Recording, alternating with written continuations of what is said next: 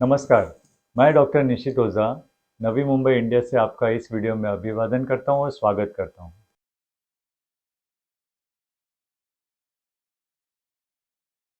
ये एनटी क्या है? एनटी यानी न्यूक्ल ट्रांसल्यूसेंसी। सोनोग्राफी में गर्भ के गर्दन के पीछे चमड़ी के नीचे जो पानी का एक लेयर होता है उसको एनटी कहते हैं।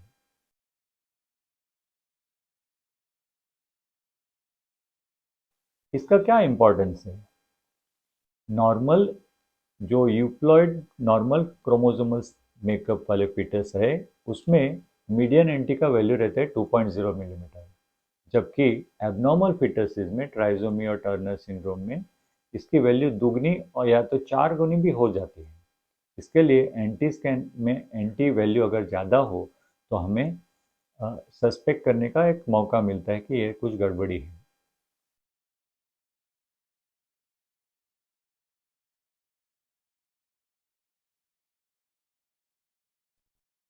आज से 156 साल पहले सर जे एल डाउन ने बताया था और देखा था, परखा था कि डाउन सिंड्रोम के इंडिविजुअल्स में चमड़ी ज़्यादा मोटी और थिक रहती है। सिर्फ 30 साल पहले प्रोफेसर काइप्रोस निकोलाइडस ने हमें इसका क्लिनिकल रिलेवेंस बताया। सोनोग्राफी में 11 से 14 हफ्ते के बीच में उन्होंने बताया कि डाउन सिंड्रोम बेबीज में गर्दन के पीछे पानी की लेयर बड़ी होती है, मोटी रहती है, और इससे हमें प्रेगनेंसी में 11 से 14 हफ्तों के बीच के स्कैन में ही ये सस्पेक्ट करने का एक मौका मिलता है। फ्रेंड्स, इसने सब गेम चेंज कर दिया।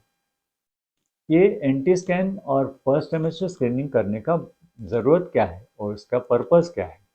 तो पहला तो है स्क्रीन फॉर एनोप्लॉइडी, यानी ट्राइजोमी 21, 18, 13 के लिए स्क्रीनिंग करें। इसमें बहुत सारे गर्भ एबॉर्ट हो जाते हैं, कुछ इंट्राउटेरन फीटल डेथ यानी मर जाते हैं, उसका स्टिल बर्थ हो जाता है। कोई कोई केसेस जन्म में जिंदा पैदा होता है। ट्राइजोमी 18 और 13 वाले फीटसेस कुछ घंटे और चंद दिन तक से ज़्यादा जिंदा नहीं रह सकते, लेकिन ट्राइजोमी 21 वाले काफ़ी बरसों तक जिंदा रहते हैं। उनमें मेंटल रिटार्डेशन रहता है, हेल्थ इश्यूज रहता है, और बहुत सारे फाइनेंशियल बर्डन उनके पेरेंट्स और सोसाइटी के ऊपर पड़ता है। इसके लिए इसका निदान करना ज़रूरी हो जाता है। प्रेगनेंसी में आगे चल के हाई ब्लड प्रेशर यानी प्री एक्लेम्शिया होने का चांसेस कितना है, इसका स्क्रीनिंग करते हैं। प्रेगनेंसी में आगे चल के फीटल ग्रोथ रिस्ट्रिक्शन यानी गर्भ का विकास स्लो गति से होना, इसका चांसेस कितना है, ये हमें पता कर सकते हैं। प्रेगनेंसी के शुरुआत में वजाइनल स्कैन में अंदर से स्कैन करके सर्वाइकल लेंथ यानी गर्भाशय मुख की लंबी कितनी है उसे नाप के प्रीटर्म बर्थ होगा क्या, इसका प्रेडिक्शन भी हम कर सकते हैं। और पांचवा, 100 में से 10 कंजेनिटल स्ट्रक्चरल एनोमलीज जो ऐसे है जिनमें ये 11 से 14 हफ्ते के स्कैन के बीच में भी पता हम कर सकते हैं और जल्दी निदान कर सकते हैं। और यही जो कॉम्प्लिकेशंस है जो माता और गर्भ में और नियोनेट में ज़्यादा करके हम प्रेडिक्ट करके उसका इलाज प्रिवेंट कर सकते हैं। अगर आपके गर्भ का एंटी वैल्यू ज़्यादा है या उसकी नाक की हड्डी छोटी है या दिख नहीं रही है, तो उसका क्या मतलब है, उसका क्या सिग्निफिकेंस है? इसका मतलब ये है कि इसमें ये गर्भ में ट्राइजोमी होने की चांसेस ज़्यादा है। या तो स्ट्रक्चरल डिफेक्ट भी हो सकते हैं या तो कार्डियक डिफेक्ट भी हो सकते हैं। तो ऐसे केसेस में जहां एनटी की वैल्यू 3 मिलीमीटर से ज़्यादा हो उन्हें डेफिनेटिव डायग्नोस्टिक इन्वेजिव टेस्ट करने की सलाह हम देते हैं।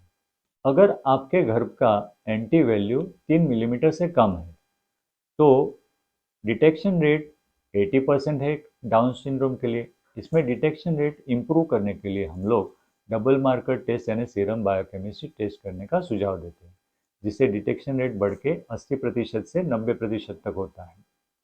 और इसमें आगे nasal bone, ductus venosus, tricuspid regurgitation ऐसे सोनोग्राफिक पैरामीटर्स भी ऐड करते हैं, तो डिटेक्शन रेट और बढ़ के 95% तक हो जाता है।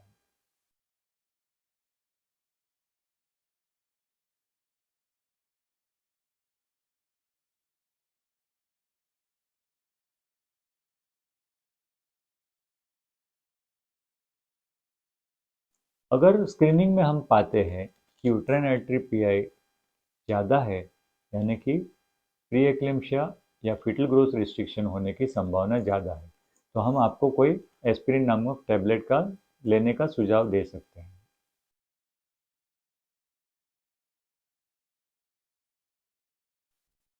सर्वाइकल लेंथ ट्रांसवेजल स्कैन से करने का क्या फ़ायदा है? ये हमें एक बेसलाइन लेवल प्रदान करता है, जो आगे चल के हम सर्वाइकल लेंथ वापस एनोमली स्कैन में देखते हैं। अगर उसका शॉर्टनिंग हुआ तो हमें उसे प्रीटर्म बर्थ होने का चांसेस ज़्यादा है, ऐसा समझ के कुछ प्रिवेंटिव मेजर्स इस्तेमाल कर सकते हैं।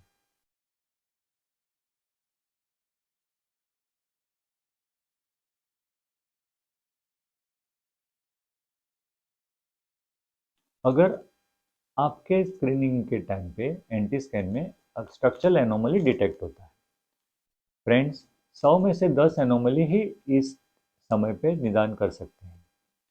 मैं आपको दो उदाहरण दूंगा। एक तो एनेन्सेफली, जिसमें फोर ब्रेन ही नहीं बना रहता है, और एक एक्रेनिया जिसमें स्कल का नहीं बना हुआ रहता है।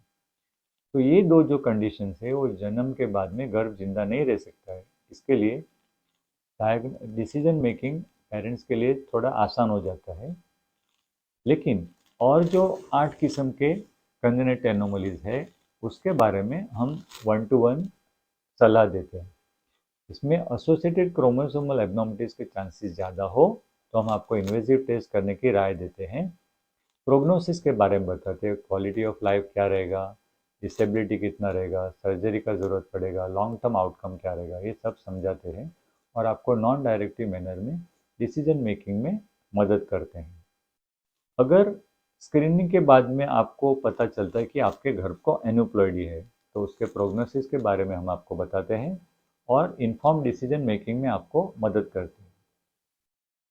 अगर फर्स्ट ट्राइमेस्टर स्क्रीनिंग में एंटी वैल्यू ज़्यादा है लेकिन कैरियोटाइप करने पे वो क्रोमोसोमल एब्नॉर्मलिटी नहीं है, नॉर्मल कैरियोटाइप निकलता है, तो हम आपको सलाह देते हैं कि कैरियोटाइप क्रोमोसोमल एब्नॉर्मलिटी तो नहीं है, लेकिन फिर भी स्ट्रक्चरल डिफेक्ट होने के चांसेस ज़्यादा होने के कारण आपका एक रिपीट सोनोग्राफी 15 हफ्ते में और एनोमली स्कैन 18 और 22 हफ्तों के बीच में कराना ज़रूरी है।